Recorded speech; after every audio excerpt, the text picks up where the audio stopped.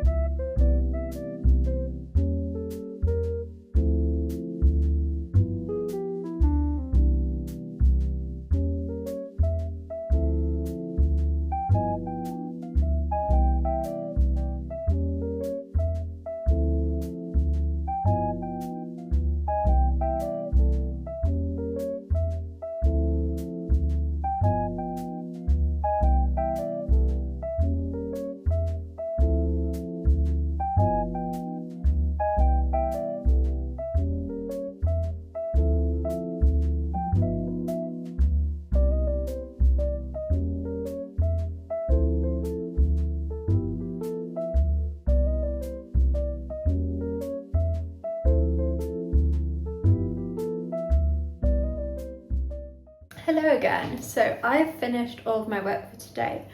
So it is now time to plan for tomorrow. I do this every night. Before I wind down, I need to make sure that everything I need to get done tomorrow is written out. I've got a plan, I've got everything time blocked so that I know exactly when I'm doing what thing. And then tomorrow I can just get straight up and get on with it. So I'm actually going to show you guys how I plan my days and how I time block them, because I've found it works pretty well for me. So take from it what you will. Some bits you might love, some bits you might be like, I don't want to do that. That is fine. This is just how I do it and it works for me. So yeah, I will show you guys that. So this is my lovely Notion. I am literally obsessed with Notion. I've been using it since I think I was like 13, 14, and this has never failed me. So yeah, I always start on Notion. This is my main page and I go on, see I've got today's to-do list and a long-term to-do list, which I actually only updated today, hence why there's only one thing on it. But I definitely do have more long-term things I need to do, but I have not yet written them down. So I need to get on that. But right now, I need to write tomorrow's to-do list. I am first literally just gonna list everything that I need to do tomorrow. Okay, so I've just written my little to-do list. I always put my workout on my to-do list because yes, I'm not gonna forget to do it, but if I put it there, then it makes sure I'm definitely gonna get it done. So I'm gonna do Pilates, and then I want to edit and upload this YouTube video. I want to keep searching for a venue for this one event that I'm doing with my business. I want to do 3 hours work on my personal training course, and I want to do 2 hours work on event planning, like the other events. And I have everything that I need written down, but I don't know what times I'm going to be doing each of these things. So we are going to go onto calendar. Here was today's list. Let's go tomorrow. Okay, you can see I was writing a training plan a while ago, which I'm no longer following. So we are not doing the 15k long run tomorrow. We are instead doing Pilates. So categories. I split all of my different tasks into different categories.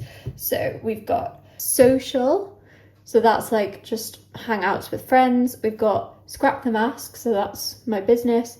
We've got YouTube, pretty self-explanatory. Part-time jobs, so I've just actually yesterday, or the day before? Yeah, the day before yesterday, I got a part-time job, so that's fun. So I'm going to be starting that up soon, hence why that is on there. I've got my PT course, I've got personal, so that's like anything else, like journaling, reading, showering, cooking, anything like that. And we've got fitness. So for this, I'm going to put the category as fitness. Okay. And I'm going to change what it is. It's going to be Pilates. And what time are we going to do it? I want to do it in the morning. So let's say 8 till 9. There we go. Yay, awesome. Okay, I'm then going to continue that with all of the different things on this to-do list so that I've got a full time blocked day, and I will meet you guys back here once I'm finished with that. I have done that. Let's have a little run through. So 8 to 9, doing Pilates. 9 to 10, that's the personal category, so that's shower and get dressed. And we've got 10 to 1 is a big work block, and that is to edit and upload this YouTube video. Okay, we've got lunchtime, 1 till 2. Then 2 till 5 is all my business stuff. 5 to 6, cook and eat dinner. PT course, 6 until 9. And then 9 till 10, wind down for bed. So that is tomorrow all planned out. And that means I can just wake up and get straight on with it because I know exactly what I'm doing and when. So I'm not wasting loads of time trying to figure out what I'm going to be doing.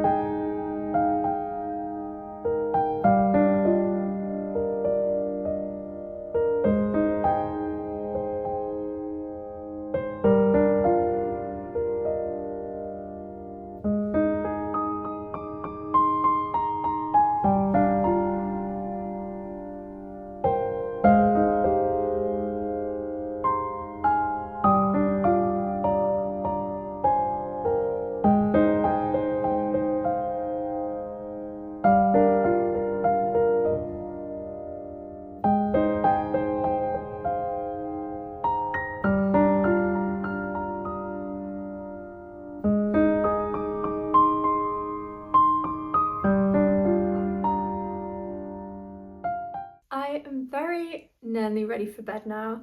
I have my herbal tea. It's so good. It's still very hot, so I'm just like sipping on it. I've also got my dark chocolate, which is amazing. This is like salted caramel flavour. It's just the bars you get from Lidl. Get yourself down to Lidl. All the flavours are really good. There's like, pretty sure there's a pistachio one. There's a raspberry one. There's a 85% dark chocolate one. That one's good. If you like dark chocolate, that one is like very dark chocolatey. Orange and almond, I want to say. Yeah, there's a lot of them. They're really good.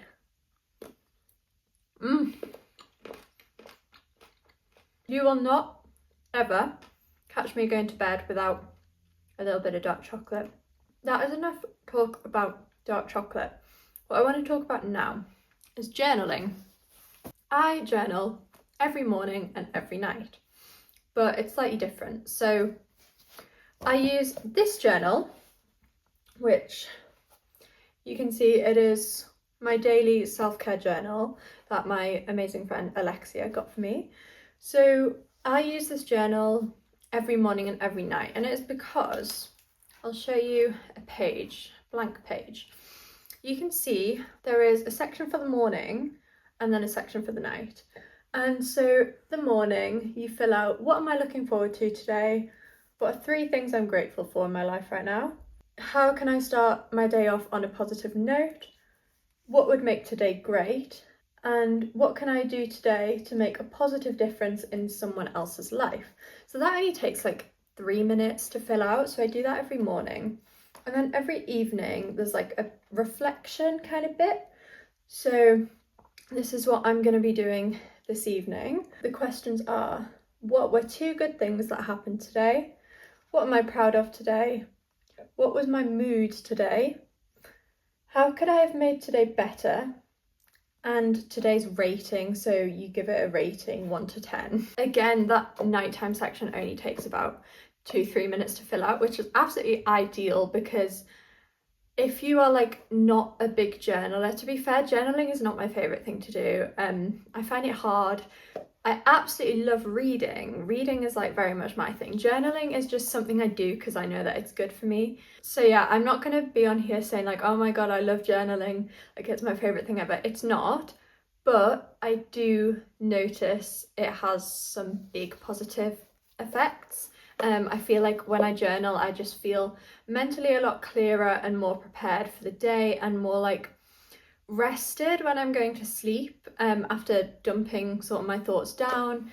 It also makes me feel kind of like proud of myself after every day. Even if I've had a pretty shit day, I can still like find 2 things that I enjoyed and then I feel like, oh, it was actually okay. Recently, I've also been trying to get into some shadow work journaling. So this is my 2nd journal. My aim is to do it every night. I don't do it every night. I do it maybe like half the nights. And look how pretty it is. I mean, both of my journals are just gorgeous. Also, my planner, a little bit off topic, but my planner, calendar, also gorgeous, stunning, love her. I think it's meant for children because it says dance every day, but you know what? I will dance every day, so yeah, gorgeous. Anyways, this journal then I use for shadow work, which if you don't know, is basically doing therapy, but on your own. So you don't need a therapist to do it with you, but you're looking at your shadow self, which is just the part of yourself that you don't like.